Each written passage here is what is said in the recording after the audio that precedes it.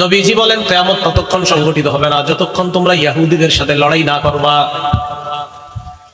দাজ্জাল আসবে, আসার পর এই দাজ্জালের সাথে ইহুদিরা যোগ দিবে, তাদের সাথে লড়াই হবে। এক পর্যায়ে হাত্তা ইয়াকুলাল হাজারু ওয়ারাআহু ইহুদিয়ুন, পাথরের পিছনে ইহুদি লুকিয়ে থাকবে। ওই পাথর কথা বলা শুরু করবে আর বলবে, ইয়া মুসলিমু হাদা ইহুদিয়ুন ওয়ারাই, ও মুসলমান আমার পিছনে একজন ইহুদি লুকিয়ে আছে, ফাকতুলহু, হত্যা করো।